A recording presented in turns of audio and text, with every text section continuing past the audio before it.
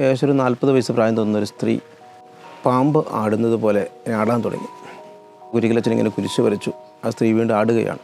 അപ്പോൾ അച്ഛൻ ഇങ്ങനെ ബേമേൽ വിശുദ്ധയിൽ ഇങ്ങനെ ഒരു കുപ്പിയിൽ വെച്ചിട്ടുണ്ടായിരുന്നു. അതെടുത്തിട്ട് ഇങ്ങനെ കുരിശാകൃതിയിൽ അച്ഛൻ ഈ സ്ത്രീയുടെ മേൽ തളിച്ചു. അയ്യോ പൊള്ളുന്നേ എന്ന് പറഞ്ഞുകൊണ്ട് ആ സ്ത്രീ നിലത്ത് വീണു. അനേകം നാളുകളായിട്ട് രാത്രി ആരെയും ഉറക്കാതിരുന്ന അമ്മ ഈ വിശുദ്ധ ജലം തൊട്ട് കുരിശ് വരച്ച് കഴിഞ്ഞ് നിമിഷങ്ങൾക്കുള്ളിൽ അത് നല്ല ഉറക്കത്തിലേക്ക് പോവുകയാണ്. അപ്പോൾ എൻ്റെ ഒരു ചിന്താഗതിയിൽ ഇതിൻ്റെ അത് വെഞ്ചരിച്ച വെള്ളമാണല്ലോ ഉള്ളത്, കുറച്ച് വെള്ളമോടെ ആ കൂടെ ചേർത്ത് കഴിഞ്ഞാൽ കുഴപ്പമൊന്നുമില്ലല്ലോ എന്ന് വിചാരിച്ച് ഞാൻ അതിൻ്റെ അകത്തേക്ക് കുറേ വെള്ളം കൂടി ചേർത്ത് ബേമയിൽ കൊണ്ടുപോയി വെച്ചു.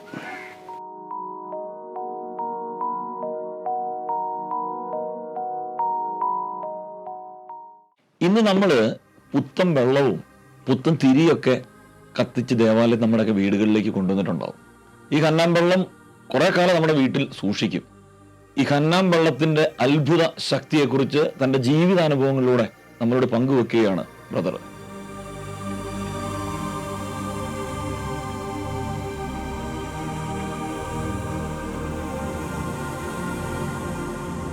എൻ്റെ പേര് ബ്രദർ ഈശോദാസ്. ഞാനിപ്പോൾ കാസർഗോഡ് ജില്ലയിൽ കാഞ്ഞങ്ങാടിനടുത്ത് സ്നേഹാലയ ചാരിറ്റബിൾ ട്രസ്റ്റ് ഇവിടെ ശുശ്രൂഷ ചെയ്യുന്നു. എല്ലാ ദിവസവും വിശുദ്ധ കുർബാനയ്ക്ക് ശേഷം ബഹുമാനപ്പെട്ട വൈദികൻ വിശുദ്ധജലം തളിച്ച് നമ്മുടെ മക്കളെ വിശുദ്ധീകരിക്കുന്നു എല്ലാവരെയും. ഈ വിശുദ്ധജലത്തിൻ്റെ ശക്തി ഞാൻ ആദ്യമായിട്ട് മനസ്സിലാക്കുന്നത് 1996 സെപ്റ്റംബർ മാസം 19-ാം തീയതിയാണ്. കുറ്റിക്കലച്ചൻ്റെ നേതൃത്വത്തിൽ ഒരു ധ്യാനം നടക്കുകയാണ്. അപ്പോൾ ഞങ്ങൾ അവിടെ 10-200ഓളം പേര് ധ്യാനത്തിൽ പങ്കെടുക്കുന്നുണ്ട്. 19-ാം തീയതിയുടെ പ്രത്യേകത, അന്നേ ദിവസം ഈ വരുന്ന ആളുകൾ 4-5 ആളുകളൊക്കെ ആയിട്ട് തെരുവിലേക്ക് പോകും. തെരുവിലേക്ക് പോയിട്ട് തെരുവിൽ അലയുന്ന ആളുകളെ ആരോഗ്യമില്ലാത്തവരെ കൂട്ടിക്കൊണ്ടുവരും. ഞങ്ങളും പോയി, ഞങ്ങൾക്ക് ഒരാൾ കിട്ടി. പല ടീമുകളായിട്ട് പോയി പലർക്കും കിട്ടി. ഇവരെല്ലാം കൊണ്ടുവന്ന് തലമുടിയെല്ലാം വെട്ടി കുളിപ്പിച്ച് നല്ല വസ്ത്രങ്ങൾ കൊടുക്കുന്നു, നല്ല ഭക്ഷണം കൊടുക്കുന്നു. വൈകുന്നേരം ഏകദേശം ഒരു 6 മണിയോടുകൂടി വിശുദ്ധ കുർബാനയാണ് അവിടെ. കുർബാന തുടങ്ങി ഏതാനും നിമിഷം കഴിഞ്ഞപ്പോൾ ഏകദേശം സർവാധിപനം പാടുകയാണ്. തെരുവിൽ നിന്ന് കൊണ്ടുവന്നതിൽ ഏകദേശം ഒരു 40 വയസ്സ് പ്രായം തോന്നുന്നൊരു സ്ത്രീ പാമ്പ് ആടുന്നത് പോലെ ആടാൻ തുടങ്ങി. ഒരിക്കലും അച്ഛൻ ഇങ്ങനെ കുരിശ് വരച്ചു. ആ സ്ത്രീ വീണ്ടും ആടുകയാണ്. അപ്പോൾ അച്ഛൻ ഇങ്ങനെ വിശുദ്ധജലം അവിടെ ബേമേൽ വിശുദ്ധജലം ഇങ്ങനെ ഒരു കുപ്പിയിൽ വെച്ചിട്ടുണ്ടായിരുന്നു. അതെടുത്തിട്ട് ഇങ്ങനെ കുരിശാകൃതിയിൽ അച്ഛൻ ഈ സ്ത്രീയുടെ മേൽ തളിച്ചു. അയ്യോ പൊള്ളുന്നേ എന്ന് പറഞ്ഞുകൊണ്ട് ആ സ്ത്രീ നിലത്ത് വീണു. ആ സ്ത്രീ നിലത്ത് വീണിട്ട് പാമ്പ് എഴയുന്ന പോലെ എഴുകുകയാണ്. വെള്ളം എന്ന് പറഞ്ഞപ്പോൾ ആരോ ഒരു ഗ്ലാസ് വെള്ളം കൂടി കൊടുത്തു. അന്നേരം അച്ഛൻ പറഞ്ഞു ആ വെള്ളം കൊടുക്കണ്ട, വിശുദ്ധജലം എടുത്ത് ആ സ്ത്രീ കൊടുക്കാൻ പറഞ്ഞു. വിശുദ്ധജലം എടുത്ത് ഒരു സഹോദരി ആ സ്ത്രീയുടെ വായിലേക്ക് ഒഴിച്ചു കൊടുത്തു. ആ സ്ത്രീ അത് ഇറക്കുന്നില്ല, വായിൽ പിടിച്ചുകൊണ്ടിരിക്കുകയാണ്. അച്ഛനിങ്ങനെ യേശുക്രിസ്തുവിന്റെ നാമത്തിൽ ഇറക്കിടി എന്ന് പറഞ്ഞ് കൽപ്പിച്ചു. ആ സ്ത്രീ ആ വെള്ളം വായിൽ നിന്ന് ഇറക്കി. ആ സ്ത്രീ പറയുകയാണ്, അത് വെള്ളമല്ല, അത് യേശുക്രിസ്തുവിൻ്റെ രക്തമാണ്.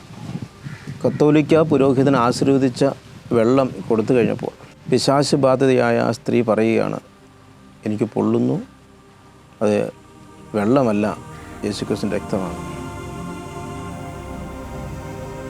ഒരിക്കൽ ഒരു സഹോദരൻ ഇവിടെ വന്നു. അദ്ദേഹം എന്നോട് ഇപ്രകാരം പറഞ്ഞു, എൻ്റെ അമ്മയ്ക്ക് 96 വയസ്സ് പ്രായമുണ്ട്. രാത്രി ഉറക്കമില്ല, ഭയങ്കരമായിട്ട് എല്ലാവരെയും ഡിസ്റ്റർബ് ചെയ്യുന്നൊരവസ്ഥയിൽ എപ്പോഴും ഒച്ചെടുത്തുകൊണ്ടിരിക്കും. ഈ വിഷമമല്ല എന്നോട് പറഞ്ഞു കഴിഞ്ഞപ്പോൾ ഞാൻ ഒരു കുപ്പിയിൽ കുറച്ച് വിശുദ്ധജലം എടുത്ത് കൊടുത്തിട്ട് ആ സഹോദരനോട് പറഞ്ഞു, ഇത് കൊണ്ടുപോയിക്കൊള്ളുക.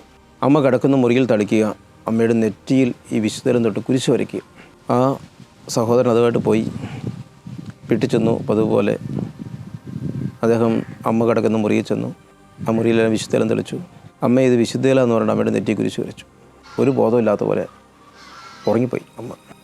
അനേകം നാളുകളായിട്ട് രാത്രി ആരെയും ഉറക്കാതിരുന്ന അമ്മ ഈ വിശുദ്ധജലം തൊട്ട് കുരിശ് വരച്ച് കഴിഞ്ഞ് നിമിഷങ്ങൾക്കുള്ളിൽ അത് നല്ല ഉറക്കത്തിലേക്ക് പോവുകയാണ്.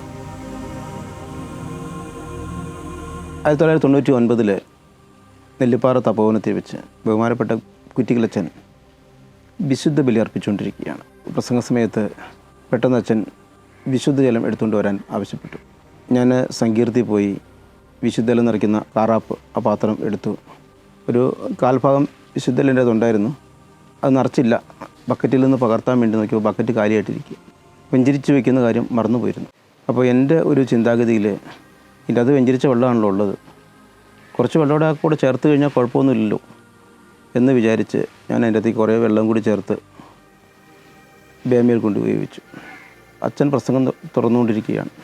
ഏതാനും നിമിഷം കഴിയുമ്പോൾ അച്ഛന് പ്രകാരം പറഞ്ഞു, ചില ആളുകൾ വെള്ളം വെഞ്ചരിച്ചുകൊണ്ട് വീട്ടിലേക്ക് പോകും. അത് തീരാറാകുമ്പോൾ വീണ്ടും അതിലേക്ക് വെള്ളം ചേർത്ത് വെച്ച് ഉപയോഗിക്കും. അത് തീരാറാകുമ്പോൾ വീണ്ടും വെള്ളം ചേർക്കും. അന്നേരം അച്ഛൻ ഉദാഹരണം കൂടി പറഞ്ഞു.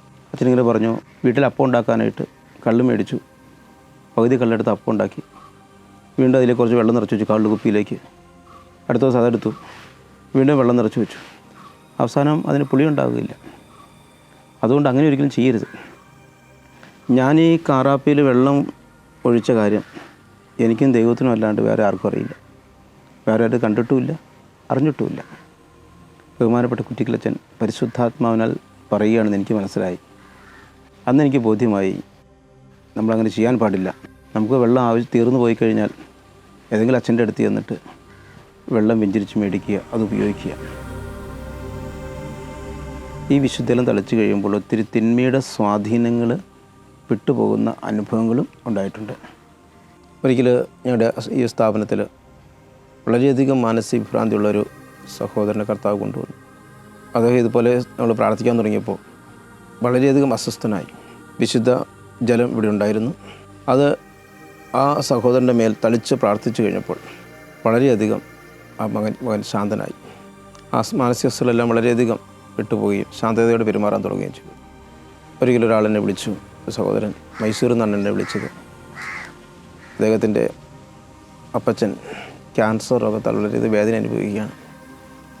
അപ്പോൾ ഞാൻ ആ വിളിച്ച വ്യക്തിയുടെ പ്രകാരം പറഞ്ഞു, അവിടെ വിശുദ്ധജലം ഉണ്ടോ, ഇല്ലെങ്കിൽ ഏതെങ്കിലും തരത്തിൽ തൊട്ടടുത്ത പള്ളികളിലോ അച്ഛൻ്റെ അടുത്ത് ചെന്നിട്ട് വെള്ളം വെഞ്ചരിച്ച് മേടിക്കുക, കുറച്ച് കുടിക്കാൻ കൊടുക്കുക, ഈ അപ്പച്ചൻ്റെ നെറ്റിയിൽ വെള്ളം തൊട്ട് കുരിശ് വരയ്ക്കുക, ആ കിടക്കുന്ന റൂമിൽ തളിക്കുക എന്ന് പറഞ്ഞു. ആ സഹോദരൻ പിന്നീട് പറയുകയുണ്ടായി, അത് ചെയ്തു, ഒത്തിരി ആശ്വാസം അപ്പച്ചന് ലഭിച്ചു, വേദന ഒത്തിരി അപ്പച്ചൻ്റെ കുറഞ്ഞു എന്ന് എന്നോട് പറയുകയുണ്ടായി. നമ്മൾ ഈ ബ്രദറിൻ്റെ ജീവിതാനുഭവമൊക്കെ കേട്ടല്ലോ. ഇത് നമ്മളെ അല്പം കൂടി കന്നാമ്പള്ളത്തിൻ്റെ ശക്തിയെക്കുറിച്ച് അറിയാനും വെഞ്ചിരിപ്പ് ശുശ്രൂഷകളിൽ പങ്കെടുക്കാനും നമ്മുടെ കുടുംബത്തിൽ ചില പ്രതിസന്ധിയുള്ള മേഖലകളിലൊക്കെ കന്നാമ്പള്ളം തളിച്ച് അതിൻ്റെ ഒരു ശക്തി അനുഭവിച്ചറിയാനൊക്കെ ഈ ഒരു സാക്ഷ്യം കാരണമാകട്ടെ. വിശുദ്ധ കുർബാനയുമായി ബന്ധപ്പെട്ട വീഡിയോകൾ നിങ്ങൾക്ക് ലഭിക്കാൻ ഈ ചാനൽ സബ്സ്ക്രൈബ് ചെയ്യുക.